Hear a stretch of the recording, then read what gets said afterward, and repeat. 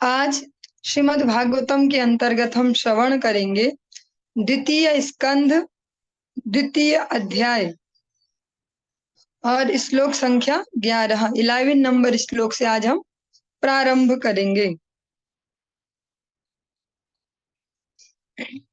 ओम नमो भगवते वासुदेवाय। ओम नमो भगवते वासुदेवाय। ओम नमो भगवते वासुदेवाय। महाराज परीक्षित, जिनको श्राप मिल चुका है, श्राप रूपी अवसर प्राप्त हुआ है कि वे अपने सारे जो भौतिक कार्यकलाप है उनको अब विराम देकर एकमात्र भगवान की प्रसन्नता के निमित्त कुछ सेवा कर पाए, जिसके चलते श्री सुखदेव गोस्वामी जी से परीक्षित महाराज प्रश्न करते हैं कि जो सारे जो मनुष्य जाति कह सकते हैं उनका कल्याण का मार्ग क्या है, कॉमन सा मार्ग, और एक स्पेशल कंडीशन भी है जो मरने ही वाला है, ऐसे व्यक्ति को क्या कर्तव्य है, उसको क्या करना चाहिए। इन प्रश्नों के उत्तर में श्री सुखदेव गोस्वामी जी जो वर्णन कर रहे हैं हम उसी को श्रवण कर रहे हैं। विभूषितम मेखलायांगुली यकैर महा धनैर नूपुर कंकणादिभिः स्निग्धामला कुंचित नील कुंतलैर विरोचना विरोचमाना ननहास पेशलम। उनकी कमर जो भगवान के जो अलग अलग ब्रह्मांडों में जिस प्रकार से भगवान विराजित हैं, जो भगवान के हाथों में जो उनके जो शंख चक्र गदा पद्म है उनके अरेंजमेंट के हिसाब से एक एक विग्रह में इस हाथ में पद्म है, एक में इस हाथ में पद्म है, किसी में नीचे वाले हाथ में, इस प्रकार का जो अरेंजमेंट है उसके हिसाब से जो भगवान के अलग अलग विग्रह हैं उनकी यहाँ पे शोभा को वर्णन किया गया है, उनकी माधुरी को वर्णन किया गया है। उनकी कमर अलंकृत करधनी से भली भांति सुशोभित है और उनकी अंगुलियों में बहुमूल्य रत्नों से जटित अंगूठियां हैं। उनके नूपुर, उनके कंकण, उनके घुंघराले नीले रंग की आभा वाले जो स्निग्ध जो बाल है जिसको मुलायम बोलते हैं, हम चिकना बोलते हैं, तथा उनका मुस्कान युक्त सुंदर मुखार बिंद, ये सभी अत्यंत सुहावने हैं।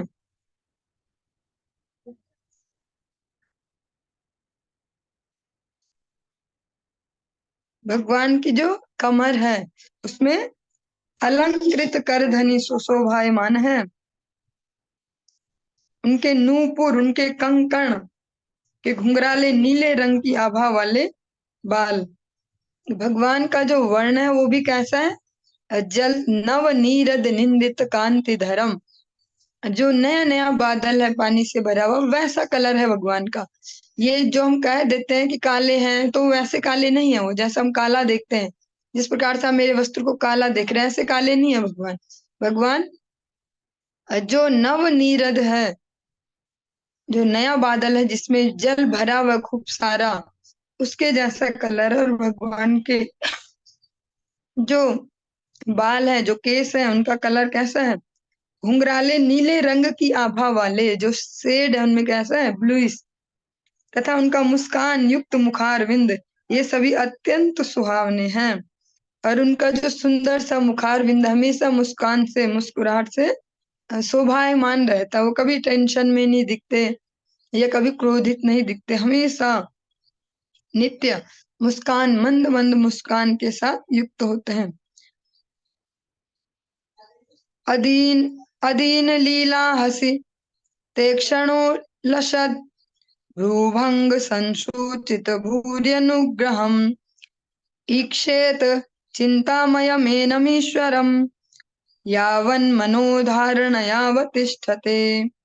श्री भगवान की भव्य लीलाएं तथा उनके हास्यमय मुख की उल्लासमयी चितवन उनके व्यापक वरदानों के संकेत हैं। अतः मनुष्य को चाहिए कि जब तक ध्यान द्वारा उसका मन श्री भगवान पर स्थिर रखा जा सके तब तक मन को उनके इसी रूप पर एकाग्र करे।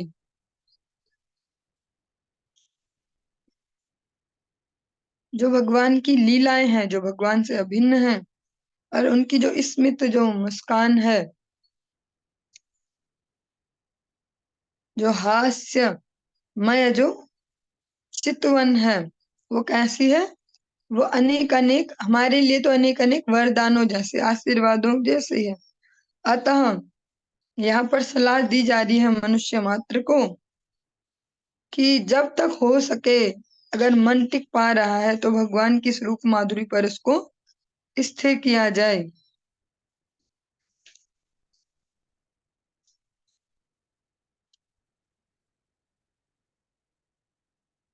एक कशोंगानि धियानुभावयेत् पादादियावद् दशितं गदाभृतः जितं जितं स्थानमपोह्य धारयेत् परम परम शुद्धयति धीर यथा यथा। ध्यान की प्रक्रिया श्री भगवान के चरण कमलों से प्रारंभ करते हुए उसे उनके हंसते जो मुस्कान युक्त मुखमंडल है उस तक ले जाएं। इस तरह पहले ध्यान को श्री चरण कमलों पर एकाग्र करें, फिर पिंडलियों पर, तब जांघों पर और फिर क्रमशः ऊपर की ओर उठाते जाएं। मन जितना ही एक एक करके श्री भगवान के विभिन्न अंगों पर स्थिर होगा, बुद्धि उतनी ही अधिक परिष्कृत होगी। भगवान का जो दिव्य विग्रह है उसके दर्शन की यहाँ पर पद्धति दी गई है। भगवान का जो दर्शन है स्टार्टिंग मुखमंडल से नहीं, स्टार्टिंग श्री चरण कमलों से, भगवान के श्री चरणों से दर्शन करते करते ऊपर के श्री अंगों की तरफ, और जो लास्ट जो डेस्टिनेशन है वो भगवान का स्मित मुस्कान से युक्त उनका मुखमंडल। और जितना हम भगवान के श्री विग्रह के दर्शन में अपने नेत्रों को एंगेज करेंगे, जिनको अलग अलग दृश्यों को देखने की हैबिट हो गई है, हम कभी भी अगर हम इसको प्रैक्टिकली थोड़ा सा विचार करें, जितना हम सोते हैं नींद के अलावा कितना हम इनको बंद रखते हैं या कितना इनको नियंत्रण कर पाएंगे? ये हमेशा हर सेकंड, ये सेकंड से भी बहुत कम कह सकते हैं। साइंस में जब पढ़ाया जाता है कि फोकल लेंथ होती है किसी लेंस की, फिर उसको सेट करना होता है, फिर इसको ऐसे किसी चीज को देखता है तो फोकल लेंथ कम ज्यादा होती है। लेकिन भगवान ने जो लेंस फिट किया है हमारे नेत्र रूपी, ये सबसे जबरदस्त लेंस है। ये ऑटोमेटिक वर्क करता है और उसकी फोकल लेंथ सेट नहीं करनी होती। फटक से नजदीक को भी देख सकता है, फटाक से दूर को भी देख सकता है। भगवान सबसे बड़े साइंटिस्ट हैं। भगवान ने इतने अच्छे से लेंस डिजाइन किया, उसमें कोई बार बार सेटिंग सेट नहीं करनी होती है इसकी कि इसकी ट्यूनिंग सेट करें हम। वो फटाफट जहां पे भी देख रहे हैं फट से उसी क्षण देख पा रहा है, ऐसे तुरंत हाथ को भी देख रहे हैं देख पा रहा है, दूर देख रहे हैं वो भी देख पा रहे हैं। इतनी जल्दी जल्दी मशीन जैसे फिट नहीं करना पड़ रहा, वहां देखना इतना फिट कर लो लेंस को। तो जो ये इतनी हाई पावर वाले जो लेंस हैं उनको स्थिर कहाँ करना है? भगवान के श्री विग्रह के दर्शन में। क्यों? क्योंकि नेत्र ही हमारे मन को डायरेक्शन दे रहे हैं, अब इधर अब उधर। नेत्र जहां जहां जा रहे हैं मन भी फटाक फटाक दौड़ रहा है। और अगर नेत्रों को स्थिर करेंगे भगवान के दिव्य कलेवर के दर्शन में, तो जो मन है वो भगवान के श्री अंगों की जो माधुरी है उसमें टिक पाएगा। वहां बहुत सुंदर है ठाकुर जी के श्री चरण। ऐसे इस प्रकार से दर्शन करते करते तो फिर क्या होगा? बुद्धि परिष्कृत होगी, बुद्धि का परिष्करण होगा, मार्जन होगा। क्योंकि बुद्धि को जब हम मन जब जगत में लगता है तो बुद्धि दूषित होते जाती है। मन जब भगवत दर्शन में लगेगा तो बुद्धि का परिष्करण होगा, बुद्धि की धुलाई होगी। अगर सरल भाषा में कहे तो बुद्धि धुलते जाएगी, साफ होते जाएगी। यावन्न जायेत परावरेस्मिन् विश्वेश्वरे द्रष्टरि भक्ति योगः तावत् स्थवीयः पुरुषस्य रूपं क्रियावसाने प्रयतः स्मरेत। जब तक स्थूल भौतिकवादी व्यक्ति दिव्य तथा भौतिक दोनों ही जगतों के दृष्टा परमेश्वर की प्रेमा भक्ति विकसित न कर ले, तब तक उसे अपने कर्तव्यों को पूरा कर लेने के पश्चात श्री भगवान के विराट रूप का स्मरण या ध्यान करना चाहिए। हरि बोल। जब तक स्थूल भौतिकतावादी व्यक्ति जो प्योर मटेरियलिस्टिक पर्सन है, कहा जा रहा है कि जब तक वो जो परम भगवान है, जिनसे ही ये भौतिक और जो आध्यात्मिक जगत है उद्भूत हुए हैं, उनके कारण परम भगवान है, ऐसे परम भगवान के प्रति वो अपने मन में प्रेमा भक्ति डेवलप ना कर ले, तब तक उसे अपने कर्तव्यों को पूरा कर लेने के पश्चात जो भी उनके कह सकते हैं कर्तव्य हैं, ड्यूटीज हैं, उनको कंप्लीट करके वो भगवान के विराट रूप का स्मरण या ध्यान करना चाहिए। ये जो विराट रूप जिसका आपने कल या परसों में वर्णन सुना था कि जो नदियां हैं वो भगवान की नस नाड़ियां हैं, इस प्रकार से जो पर्वत है भगवान के वो अस्थि समूह को कहा जा सकता है। और इसमें कंडीशन स्पष्ट दी है, जिसने भगवान के प्रति प्रेमा भक्ति भी डेवलप नहीं किया उसके लिए ये कंडीशन है। जो इस प्रैक्टिस में आ गए हैं प्रेमा भक्ति के गुरु वैष्णव के अनुगत्य में, उनके लिए ये नहीं दिया गया है। ऐसा नहीं है कि हम भागवत सुन रहे, अब जब जब जो जो सुनते जाएंगे अब उसको अप्लाई करते जाएंगे तुरंत तुरंत। अब बस आज से हम आंख बंद करेंगे, सोचेंगे कि भगवान कितने बड़े हैं, अच्छा ये नदी है, ये भगवान की नस है, ये हड्डियां हैं, ये सूर्य है, ये आंखें, ऐसे नहीं। हम उसको समझेंगे ठीक से और तब उसको अपने जीवन में इम्प्लीमेंट करेंगे। स्थिरम सुखम चासनमास्थितो यतिर यदा जिहासुरिं ममंगलोकम काले च देशे च मनो न सज्जेत प्राणान नियच्छेन मनसा जितासु। हे राजन, योगी जब भी इस मानवीय ग्रह को छोड़ने की इच्छा करे तो वह उचित काल या स्थान के विषय में व्यग्र हुए बिना, बहुत सुंदर शब्द हैं, हे राजन, योगी जब भी इस मानवीय ग्रह को छोड़ने की इच्छा करे तो वह उचित काल या स्थान के विषय में व्यग्र हुए बिना सुविधा पूर्वक अविचल भाव से आसन लगा ले और प्राण वायु को नियमित करके मन द्वारा अपनी इंद्रियों को वश में करे। ये किसके बारे में कहा जा रहा है कि जो जो योग मार्ग से भगवान की प्राप्ति के लिए प्रयास कर रहे होते हैं। और फिर से एक बार रिमाइंड करा दें, कई बार आप सुन चुके होंगे, योग का मतलब ये नहीं है जिसको आज हम योग कहते हैं या इंटरनेशनल योगा डे या जो भी हम मना रहे हैं, ये वाले योग की बात नहीं हो रही। ये तो फिजिकल एक्सरसाइजेज हैं। योग जिसका मेन गोल होता है भगवत प्राप्ति, परमात्मा से योग करना, उस योग की यहाँ पर बात हो रही है।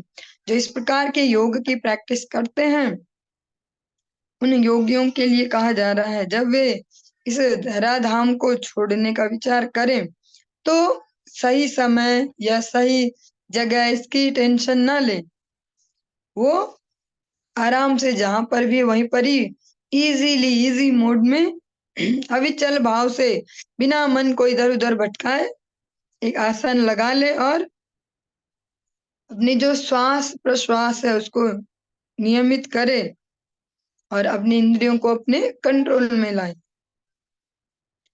मना स्वबुद्धिया मलया नियम्य क्षेत्रज्ञ एताम निनयेत तमात्मनि आत्मान मात्मन्य वरुध्य धीरो लब्धोपशांतिर्विरमेत कृत्यात्।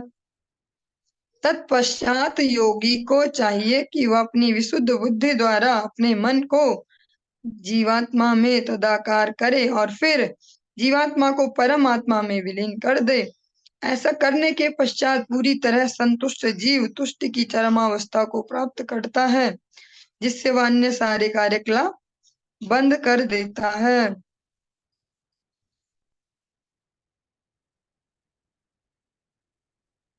यहाँ पर फोकस किसको किया गया? मन को, क्योंकि मन ही जो इतना बड़ा शरीर है इसको जिसको नियंत्रण कर रहा है वो कौन है? वो है मन। मन के कार्य है सोचना, अनुभव करना और इच्छा करना। सोचना जो हमारी थॉट प्रोसेस है, जो हमारा एक्सपीरियंस लेने का तरीका है, जो हमारे विशेष मांगने का या विश करने का या इच्छाएं करने का, जो डिजायर्स का जो हमारा तरीका है। मन के 3 प्रमुख कार्य हैं।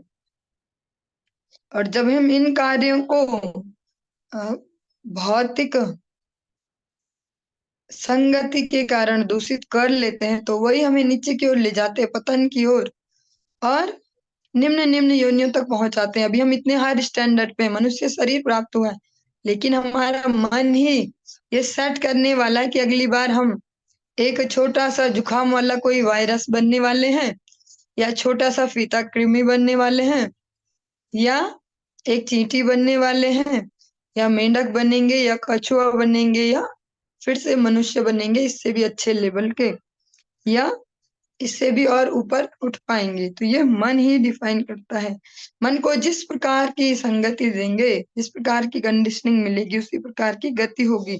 अतः यहाँ पर मन को ही लक्ष्य किया गया है कि वो योगी अपने इस मन को, अपने जो आत्म स्वरूप है, जीवात्मा वाला जो स्वरूप है कि मैं ये देह नहीं हूं, मैं पूर्ण भगवान का एक शाश्वत अंश, उनका एक नित्य दास हूँ, इस प्रकार से अगर वो स्थिर कर ले और फिर उसको भगवत चरणों में समर्पित करे,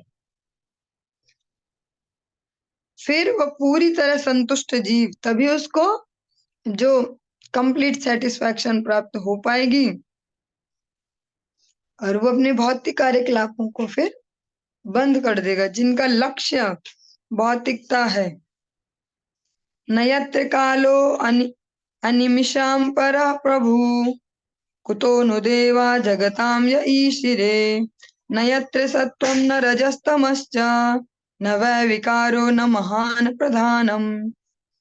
उस लब्धोपशांति की दिव्य अवस्था में विनाशकारी काल की सर्वोपरिता नहीं रह पाती, जो उन देवताओं का भी नियामक है जिन्हें संसारी प्राणियों के ऊपर शासन करने की शक्ति प्रदान की गई है। ध्यान से श्रवण करेंगे, जो ये हम श्रवण कर रहे हैं ये श्रीमद् भागवतम, ये सबसे हायर फिलॉसफी है, और कोई मनगढ़ंत या दिमाग चला चला के बैठ के एक जगह सोच सोच के नहीं लिखा गया है। ये जो जीव मात्र है, जीव मात्र मीन्स जो जीव अलग अलग शरीरों में विचरण करता है, कभी कछुआ, कभी कुत्ता, कभी बिल्ली, कभी गधा, इस प्रकार से जो विचरण करता है जीवात्मा अलग अलग शरीरों में, उसके निमित्त कहा गया है। ये केवल मनुष्यों के लिए नहीं है, ये समस्त प्राणियों के लिए है। इस अवस्था में न तो भौतिक सत्वगुण, रजोगुण या तमोगुण रहते, नहीं मिथ्या अहंकार, न भौतिक कारण सागर अथवा न भौतिक प्रकृति ही रह पाती है। और जब इस प्रकार से वो अपने निज स्वरूप को समझते हुए श्री भगवान को समर्पण कर देगा, तो फिर जो समय है, जो काल चक्र है, जो अगर सरल भाषा में कहें कि जो मृत्यु है, वो फिर उनका भी उस पे जोर नहीं चल पाएगा, उसके प्रति भी उन्हें कोई टेंशन नहीं होगी। और जो यहाँ पर काल को जो डिफाइन किया गया, उन शब्दों को मैं दोबारा एक बार पढ़ती हूँ, आप लोग ध्यान से सुनेंगे। अभी ये है शब्दार्थ, ये नहीं है कि किसी ने व्याख्या अपने हिसाब से तोड़ी मरोड़ी है, ये उनके एज इट इज मीनिंग है वर्ड्स की, ध्यान से सुनेंगे। जो उन देवताओं का भी नियामक है, जो काल है, जिसको मृत्यु कह सकते हैं, कह सकते हैं नहीं कहते हैं, जो काल है उसको जो डेफिनेशन दी गई है, ध्यान से सुनेंगे। जो उन देवताओं का भी नियामक है, मीन्स देवताओं को भी कंट्रोल कर रहा है। किन देवताओं को? जिन्हें संसारी प्राणियों के ऊपर शासन करने की शक्ति प्रदान की गई है। जिनको पावर्स दी गई हैं, है नहीं वो, दी गई हैं, अलॉट की गई हैं उन्हें वो संसारी जीवों को शासन करने के लिए, उनको गवर्न करने के लिए, उनको गवर्निंग पावर जो दी गई है। ऐसे देवताओं को भी वो काल जो है वो कंट्रोल करता है, लेकिन वो उनको नहीं कर पाता जो अपनी चेतना को भगवत चरणों में समर्पित कर देते हैं। और जब इस प्रकार की स्थिति आ जाती है,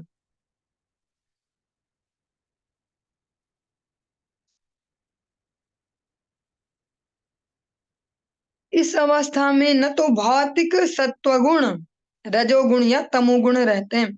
फिर ऐसी स्टेज में न तो ये सतो, न रजो, न तमो, जो भौतिक ये तीन गुण है, ये नहीं रह पाएंगे।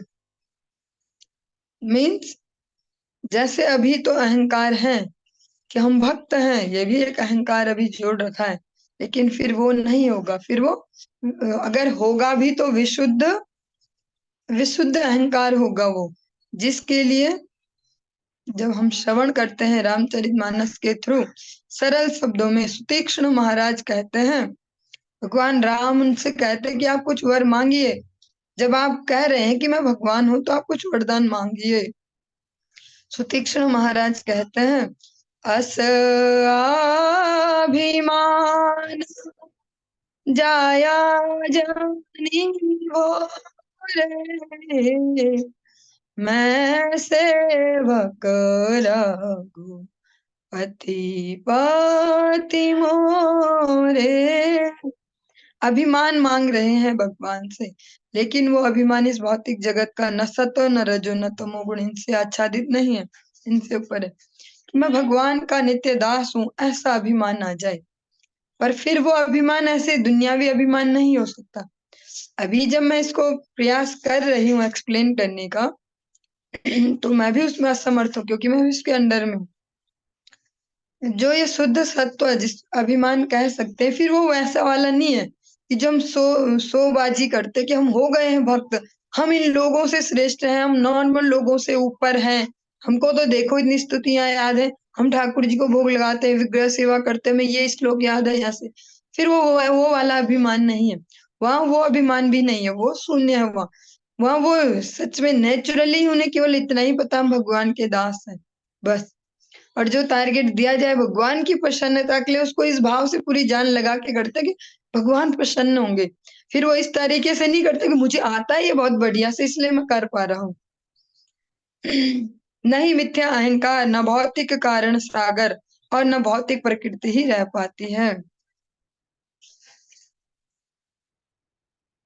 परम पदम वैष्णव मनन्ति तद यन्नेति नेति त्यदुत शिक्षवः विसृज्य दौरात्म्य मनन्य सौहृदा हृदोप गुह्यार पदम पदे पदे। योगी जन ईश्वर विहीन प्रत्येक वस्तु से बचना चाहते हैं, क्योंकि उन्हें उस परम स्थिति का पता है जिसमें प्रत्येक वस्तु भगवान श्री विष्णु से संबंधित है।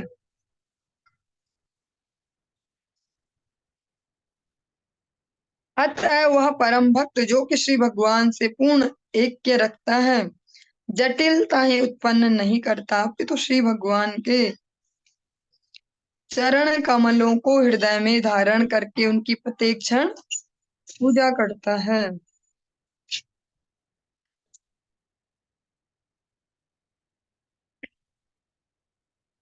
योगी जन ईश्वर विहीन प्रत्येक वस्तु से बचना चाहते हैं। जो इस प्रकार से भगवान में जिनके चित्त स्थित है, ऐसे योगी जन किसी भी ऐसी कह सकते हैं व्यक्ति, वस्तु, परिस्थिति, उससे बचना चाहते हैं कि जिसमें भगवान एब्सेंट है, भगवान नहीं है। वो उसको उससे बच के निकलना चाहते हैं। क्योंकि उनको बहुत अच्छे से पता है कि जो फाइनल गोल है हमारा, वो क्या है? वो स्थिति प्राप्त करना है जहाँ सब कुछ भगवान के ही अराउंड हो, इसके सेंटर पॉइंट में भगवान हो। अतः वह परम भक्त फिर वो क्या करता है? कॉम्प्लिकेशन से बचेगा, सरल कर लेगा अपने जीवन को, जीवन शैलियों को, अपितु भगवान के चरण कमलों को हृदय में धारण करके उनकी प्रत्येक क्षण पूजा करता है।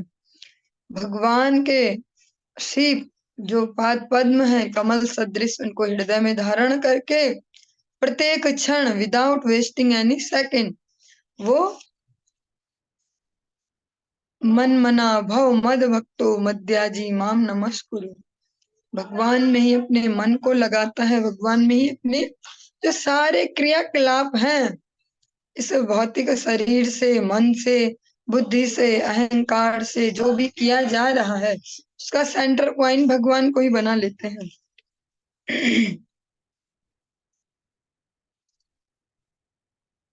इत्थम मुनिस्तूप रमेद व्यवस्थितो विज्ञान दृग्वीर्य सुरंधिताशयः स्वपार्ष्णि नापीड्य गुदम ततो अनिलम स्थानेषु शतशून्य मयेजित क्लमः।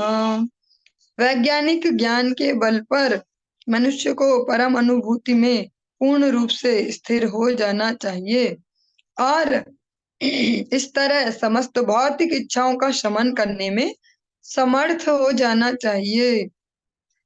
इसके पश्चात मनुष्य को वायु द्वार गुदा को पांव की एड़ी से बंद करके तथा प्राण वायु को एक एक करके क्रमशः 6 प्रमुख स्थानों में जो अलग अलग चक्र हैं उनमें एक एक करके ऊपर ले जाना चाहिए और तब भौतिक शरीर का त्याग कर देना चाहिए।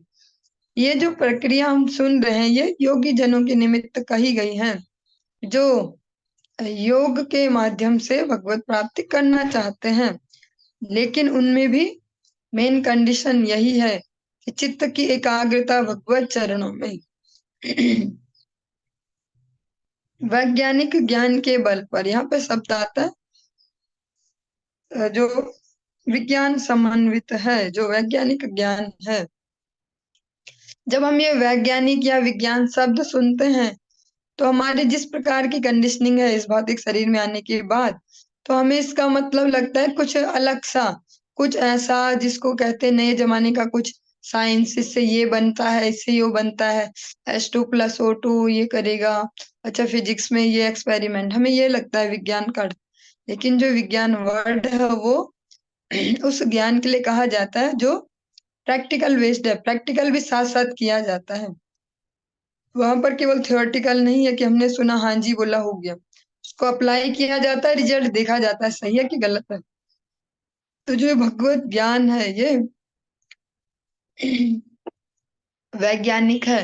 ये ऐसा नहीं कि कहा जा रहा है कि एक बार एक परीक्षित थे और ऐसा ऐसा हुआ वो चले गए, उसको बहुत सारे इस पद्धति को बहुत सारे भक्त अपने जीवन में अप्लाई करके रिजल्ट देख रहे हैं। शाम की कक्षाओं में आप बहुत सारे चरित्रों को श्रवण कर चुके हैं, कर रहे हैं और करेंगे। चैतन्य महाप्रभु के अनेक भक्तजन, भगवान कृष्ण के अनेक भक्तजन जिनके आप चरित्रों को श्रवण कर रहे हैं, उनके जब हम जीवनों को सुनते हैं तो क्या वे केवल थ्योरी बेस्ड उनके जीवन है? क्या जब हम ऐसे चरित्र सुनते हैं कि जिन्होंने मरे हुए हाथी को भी प्राण दान दे दिया, जिसको साइंस नहीं कर सकता आज तक और कभी भी नहीं कर पाएगा, भले आर्टिफिशियल इंटेलिजेंस के थ्रू अलग से वो कुछ गठन कर ले रोबोट्स का बहुत अच्छे अच्छे, लेकिन ये कभी पॉसिबल नहीं हो पाएगा कि ऐसे ही मांस हड्डियों से निर्मित कोई बॉडी बना ले और उसमें प्राण भी डाल दें, ये किसी भी काल में संभव नहीं हो पाएगा। तो जब हम श्रवण करते हैं ऐसे भक्तों के बारे में, एक मरे हुए हाथी को जीवन दान देते हैं फिर उसको शिष्य बना लेते हैं, क्योंकि प्रतिज्ञा की थी कि जो ही पहला दिखेगा उसको शिष्य करेंगे। कोई मरे हुए मनुष्य को ही जिंदा कर देते हैं, उसको शिष्य बना लेते हैं। या जब हम श्रवण करते हैं कि पहले से ही वो बता देते हैं कि बस अब मेरा समय आ गया है, मैं जाने वाला हूँ, शरीर को छोड़ के आप सब कीर्तन शुरू कर दीजिए। तो क्या ये बिना जो बोल सकते हैं साइंटिफिक नॉलेज के, क्या बिना वैज्ञानिक ज्ञान के संभव है? अभी इतना तो साइंस भी नहीं बता पाएगी कौन किस क्षण शरीर छोड़ने वाला है एग्जैक्ट। वो भी आइडिया लगा पाएंगे शरीर की स्थिति को देखकर डॉक्टर भी कि अब इतने ही घंटे बचे हैं, एग्जैक्ट टाइमिंग वो भी नहीं बता पाएंगे। तो जो ये भगवत भक्ति का राज्य है पूर्णतः वैज्ञानिक है। इसको जिस प्रकार से कहा जाता है कि ये तो एक भावुक जनों का है, तो ऐसा कदापि नहीं है। भगवान की जो महान महान भक्त हुए सभी प्रैक्टिकल थे और सभी ने अपने जीवन में उसको अप्लाई करके देखा। बात करें ध्रुव जी की, प्रहलाद जी की, इतनी कम उम्र में उन्होंने भगवत दर्शन किया और उसके बाद भी उन्होंने संसार को बहुत अच्छे से निभाया। जो भी कर्तव्य है ने राजकाज देखा। ये तो नहीं कि वो सीधे बाबा जी हो गए या चले गए तुरंत भगवत धाम, भगवान के दर्शन हुए। इस धरा धाम पर रहकर प्रैक्टिकली सारे कार्य किए। और जिस प्रकार हम जो चरित्र अभी श्रवण कर रहे हैं परीक्षित महाराज, उन्होंने तो प्रैक्टिकली अर्ली एज, बचपन से ही सारे जो एक्सपीरियंस है उनको लेना प्रारंभ कर दिया।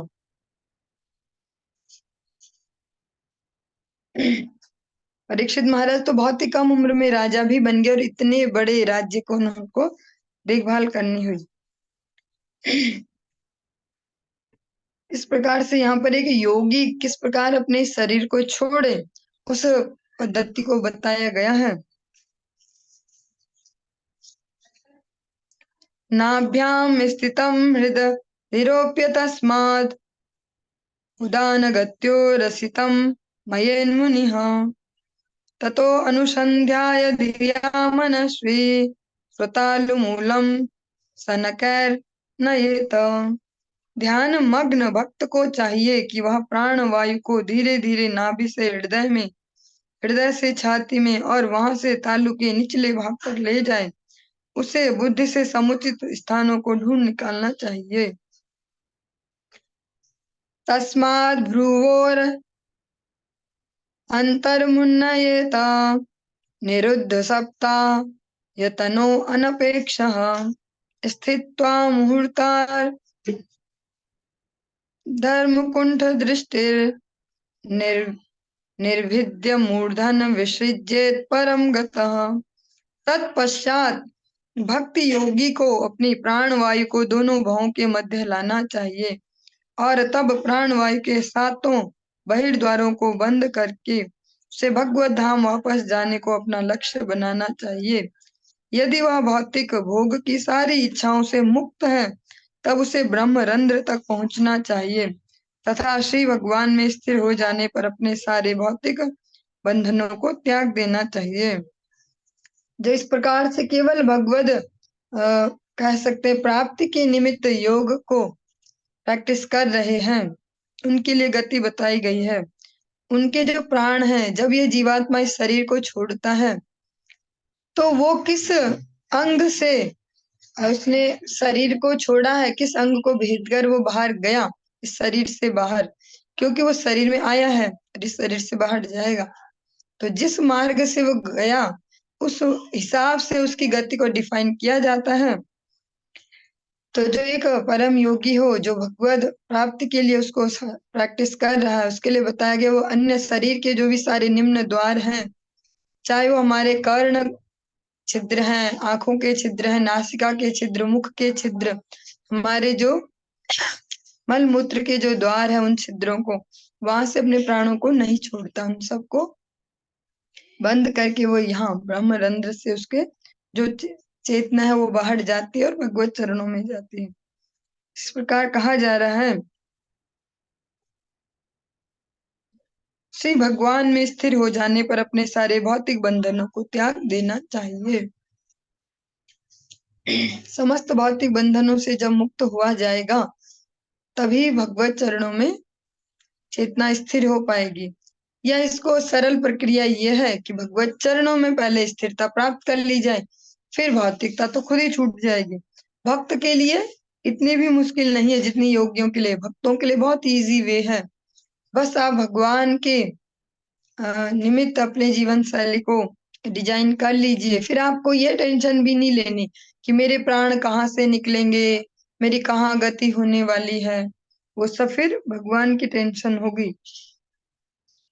यदि प्रयास्यन नृप पारमेष्ठम वैहाय सानामुत यद विहारम अष्टाधिपत्यम गुण सन्निवाये सहैव गच्छेन मनसेन्द्रियश्च। तथापि हे राजन, यदि योगी में अत्यधिक भौतिक भोगों की इच्छा बनी रहती है जैसे कि उच्च सर्वोच्च लोक ब्रह्म लोक जाने की, या अष्ट सिद्धियां प्राप्त करने की, अथवा वहायसों के साथ बाह्य अंतरिक्ष में यात्रा करने की, या लाखों ग्रहों में से किसी एक में स्थान प्राप्त करने की इत्यादि। तो उसे भौतिकता में ढले मन और इंद्रियों को अपने साथ साथ ले जाना होता है। बहुत ही ध्यान से सुनेंगे, सेंसिटिवली। हम लोग अभी जिस स्तर पर हैं, हम अगर कहीं पर दो मंत्र भी किसी को बोलते सुनते तो लगता है कि कुछ ज्यादा ही खतरनाक, कुछ बहुत बढ़िया कुछ चल रहा है कि जो हमको बिल्कुल समझ में नहीं आ रहा। यहाँ पर बहुत हाई लेवल की बात कही गई है। हमें तो लगता है कि शरीर छोड़ा और सीधे गए भगवत धाम। या जो इतने कोई तपस्या करता दिखेगा, एक टांग में कोई खड़ा है या कुछ इस प्रकार, हमें लगेगा बस हम भूल जाएंगे फिर कृष्ण भक्ति।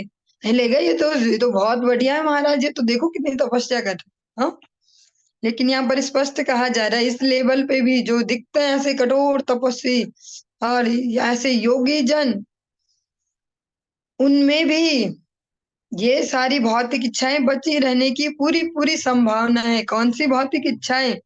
सर्वोच्च लोक ब्रह्म लोक तक जाने की, जिसको भगवान भगवत गीता में स्पष्ट कह रहे हैं, आ ब्रह्म भुवना लोका पुनरावर्तिनोर्जुन। ब्रह्म लोक से भी वापस आना पड़ता है।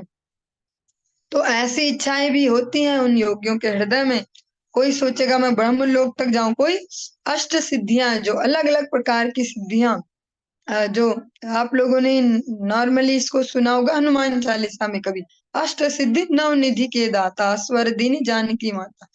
जानकी माता उनको आशीर्वाद देती कि आज से आप कि जो भी आपको प्रसन्न कर ले उसको अष्ट सिद्धियां नव निधि दे पाएंगे।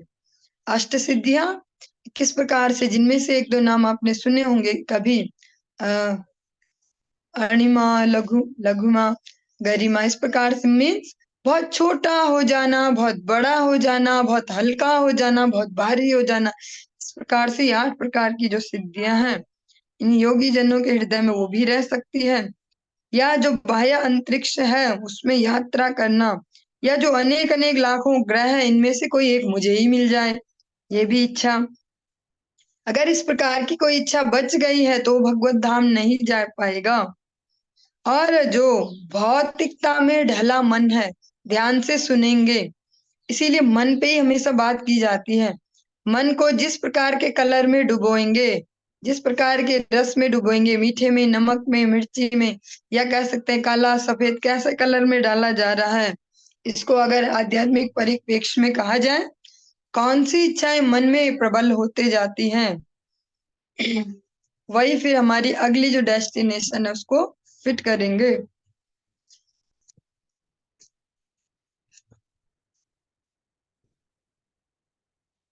भौतिकता में जो ढला मन है वो, और इंद्रियां, मन और इंद्रियों को अपने साथ साथ ले जाना होता है। अभी हम थोड़ा सा आराम से सुनेंगे, समझने का प्रयास करेंगे, क्योंकि हमारा लक्ष्य ये तो नहीं हम दौड़े दौड़े दौड़े और हमने बोल दिया भागवतम सुन ली हमने। जिस प्रकार की हमारी मन स्थिति होती है ना, अगर सरल भाषा में एक्सप्लेन किया जाए जिससे हम इजी समझ पाए, जिस प्रकार से हम मन को अभी कंडीशनिंग दे रहे हैं, वैसे वो लास्ट मोमेंट पे भी होगी जब हम शरीर छोड़ेंगे। तो फिर ऐसा बिल्कुल नहीं है जैसा हमने हमेशा से सुना है कि हम कुछ लेकर नहीं आए, कुछ लेकर नहीं जाएंगे। हम लेके आए हैं, अपने पूर्व संचित कर्म लेकर आए हैं, मन बुद्धि अहंकार लेकर आए हैं, और मन बुद्धि अहंकार को लेकर जाएंगे, और जो यहाँ जो कर्म किए उनका भी बोझ लेकर जाएंगे। तो जिस प्रकार की भी प्रैक्टिस करेंगे, मन को, बुद्धि को, अहंकार, जो ईगो है हमारा, जो बुद्धि है, जो मन है, जो इच्छाएं करता है, सोचता है, एक्सपीरियंस लेता है, हाँ? बुद्धि है जो डिसीजन मेकिंग करती है। ईगो है जो कभी तो संतुष्ट हो जाता है कहीं अपनी जय जयकार सुन ली, और कभी फुस हो जाता अगर कहीं पे हमने लिए कुछ गलत सुन दिया। ये तीनों जिस प्रकार से हम इनको बना रहे हैं, जैसी कंडीशनिंग दे रहे हैं, ये हमारे साथ साथ जाएंगे और हमें वैसी जगह ले जाएंगे जहां के लिए ये अनुकूल है। मीन्स एक थोड़ा सा इजी एग्जांपल लेते हैं जिससे जल्दी समझ पाए। जो अभी बहुत ज्यादा मांस भक्षण कर रहे हैं, मनुष्य शरीर होते हुए भी, क्योंकि मांस खाने लायक हमको दांत भी नहीं दिए गए और आंत भी नहीं दी गई उसको पचाने लायक, फिर भी जो जबरदस्ती प्रकृति के नियमों का उल्लंघन करते हुए अगर वो मीट ईटिंग कर रहे हैं, तो फिर जो उनकी चेतना है, जो मन है, बुद्धि है, ईगो, वह उसी प्रकार से कंडीशन हो रहा है। तो उसमें यही मैसेज आ रहा है कि मीट ईटिंग ही मेरा मेन गोल है, क्योंकि वहां फोकस है। तो फिर क्या होगा, अब उसको अगली बार ऐसा शरीर दिया जाएगा जो केवल मीट ईटिंग के लिए बना है। फिर उसको मनुष्य शरीर नहीं मिलेगा, क्योंकि ये मीट ईटिंग के लिए नहीं मिला, ये मिला है भगवत चेतना का विकास करने के लिए, जो हमारी जो चेतना है उसको भगवत चरणों तक ले जाने के लिए। फिर जो डिपार्टमेंट है जो अलॉट करता है बॉडीज, वो ये देखेगा कि इसको तो इसकी जरूरत ही नहीं है ना। देखो इस बच्चे की तो पेंटिंग में रुचि है, तो इसको फिर होटल मैनेजमेंट क्यों करवाना, तो एडमिशन ही मत दिलाओ। तो ऐसा ही होगा कि इसको तो मीट ईटिंग में रुचि है ना, इसका गोल वही है, उसमें इसका पूरा फोकस्ड है ये। तो फिर इसको मनुष्य शरीर क्यों देना, वो उसको देंगे जिसको उसकी जरूरत है। इसको दे दो आप शेर का शरीर दे दो, बाघ का दे दो, चीते का दे दो, और जो भेड़िया है या जो मीट ईटर है उनकी बॉडी दे दो। तो ये मैं फिर भी कोशिश कर रही हूँ थोड़ा इजी करके समझाने की। अब मुझे नहीं पता मैं इसमें कितना सफल हो पाऊंगी, फिर भी। तो इस प्रकार से हमारी गति होती है, ऐसे नहीं है जैसे हम सुनते हैं कि अरे उसने बुरे कर्म किए तो वो ये बन गया, उसने ये किया। इसको प्रैक्टिकल वे में समझे, साइंटिफिक वे में। जिस प्रकार की हम कंडीशनिंग दे पा रहे हैं अपनी मन को, बुद्धि को, ईगो को, उस प्रकार से वो तीनों हमें वैसी बॉडी तक ले जाएंगे जिसमें वो खुश रह पाए। फिर अगर वो सोने में ही फोकस है, जिसको नींद एक्स्ट्रा पसंद है, क्योंकि अलग अलग मनुष्य की अलग अलग वो है ना, जो कह सकते हैं रुचियां हैं, या जो उसकी जो वो बहुत ही इंपॉर्टेंट जो रुचि है वही इसको डिफाइन करेगा अगली बॉडी कौन सी मिलने वाली है। पर सोना ज्यादा पसंद है, गालियां खा खा कर भी सुबह शाम रात दिन गाली खा रहे हैं और लोगों से कि तुम इतने आलसी क्यों हो, तुम इतने आलसी क्यों हो, तुम्हें होश नहीं है, 8 बज गए, 10 बज गए, तुम्हारा तो बस रात दिन सोते रहो, तब भी सो जाओ, तब भी सो जाओ, बस सोते रहो। तो इस प्रकार की जो कैटेगरी होगी, तो उसके लिए सबसे सुंदर जो बॉडी है, आप सबने भी सुना ही होगा, एक पोलर बियर होता है, जो ध्रुवों पर, जो बर्फीले जगह जो भालू पाए जाते हैं, ये भालू नहीं, हमारे वाले जो जंगल वाले, जो पोलर बियर है, तो वो 6-6 महीने आराम से सो सकते हैं, कुंभकर्ण जैसे। तो फिर ऐसे व्यक्ति को वो बॉडी दी जाती है कि अरे इस बच्चे पे अत्याचार क्यों करें, इस जीवात्मा पे अत्याचार क्यों करें, इसको सोना पसंद है ना, तो इसको मनुष्य क्यों बनाना, क्योंकि मनुष्य के लिए तो ये अति सोना दिया ही नहीं है। बोला बस 6 घंटे बहुत है एक सामान्य मनुष्य के लिए, बच्चे के लिए 8 घंटे बहुत है, और छोटा है तो 10 घंटे ऐसे। तो फिर इसको तो सोना ही ज्यादा पसंद है, तो इसको ना पोलर बियर बना दो, बेचारे पे अत्याचार मत करो। जो इसकी इसको दी जाने वाली ह्यूमन बॉडी है ऐसे को दे दो कि जो भले ही अभी कुत्ता शरीर में है, पर भक्त के घर में और तड़प रहा है देख देख के, आरती पूजा सुन के तड़पता है कि मैं कब इनके जैसा बन के, ये अभी तो हाथों को ऐसे करके घंटी नहीं बजा पा रहा, कब ऐसे हाथ मिलेंगे घंटी बजा पाऊं। उसको वो ह्यूमन बॉडी अलॉट की जाएगी कि ठीक है, आप अभी हो कुत्ता शरीर में, पर आपकी चेतना मनुष्यता की ओर अग्रसर हो रही है। काश मेरे पास हाथ होते, मैं घंटी बजा पाता, काश मैं इनके जैसे ऐसे ऐसे कर पाता, काश इनके जैसे मुख से ये जो बोलते हैं ना, जो मुझे अच्छा लगता है, हरे कृष्णा, मैं बोल पाता। तो वो चेतना को अग्रसर कर रहा मनुष्यता की ओर, तो उसको वही बॉडी मिलेगी। ये बिल्कुल साइंटिफिक है, ऐसा कुछ नहीं है कि कुछ होता है और फिर बोला जाता है बहुत पापी है, इसको ये बना दो, इसको ऐसा। जिस लेवल पे हमने अपनी चेतना को, मन, बुद्धि, अहंकार को जैसे कंडीशनिंग दी, वैसे ही फिर बॉडी हमें अलॉट होगी। चलिए आज के लिए ना काफी होगा, एक दिन में अगर ज्यादा हो जाएगा तो ओवरडोज हो जाएगी। हरे